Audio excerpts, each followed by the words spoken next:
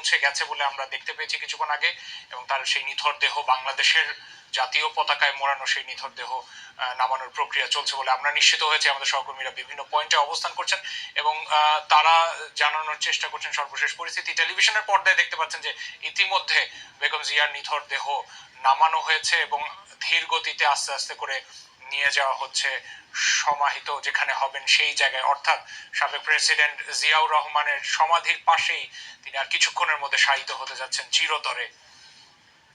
অসংখ্য মানুষ অপেক্ষা করছে এবং একই সাথে তারা জানাজায় অংশগ্রহণ করছে। আমাদের সহকর্মী ইজাজ সৌমিক রয়েছেন। সৌমিক, আমাকে শুনতে পাচ্ছেন?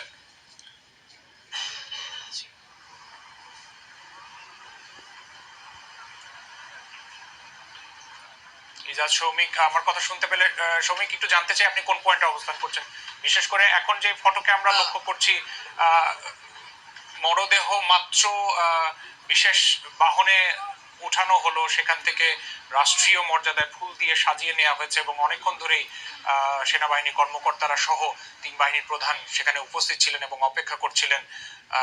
সেখান থেকে মূল সমাধিস্থলে নিয়ে যাওয়া হবে বেগম জিয়ার মরদেহ।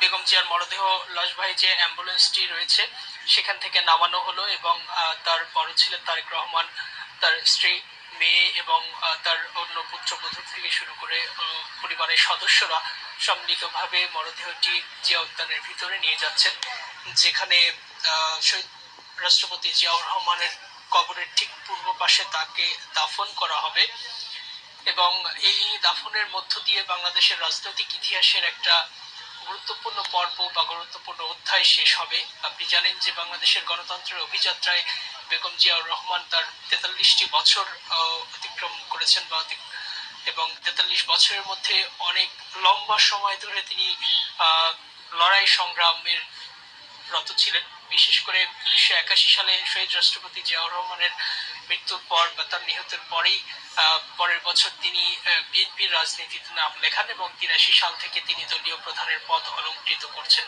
এবং 83 সালের পর থেকে হুসেইন মোহাম্মদ এরশাদের স্বৈরশাসনের বিরুদ্ধে তিনি 7 দলীয় জোটের নেতৃত্ব দিয়েছিলেন এবং সেই 7 দলীয় জোটের নেতৃত্ব দিয়ে 1986 সালে যে হুসেইন মোহাম্মদ এরশাদ যে একটি পাতানো নির্বাচন করেছিল, সেই পাতানো নির্বাচনে বিএনপি কিন্তু শেষ পর্যন্ত অংশ নেয়নি এবং জনগণ বা গণতন্ত্রের স্বার্থে তিনি সেই নির্বাচন থেকে বিরত ছিলেন। মূলত সেই নির্বাচনে অংশ না নেওয়ার সিদ্ধান্ত থেকেই তিনি আপসহীন নেত্রীর তকমা পান এবং আজীবন সেই আপসহীন নেত্রী বা আপসহীন মানুষ হিসেবে তিনি তার ভাবমূর্তি গড়ে তুলেছিলেন।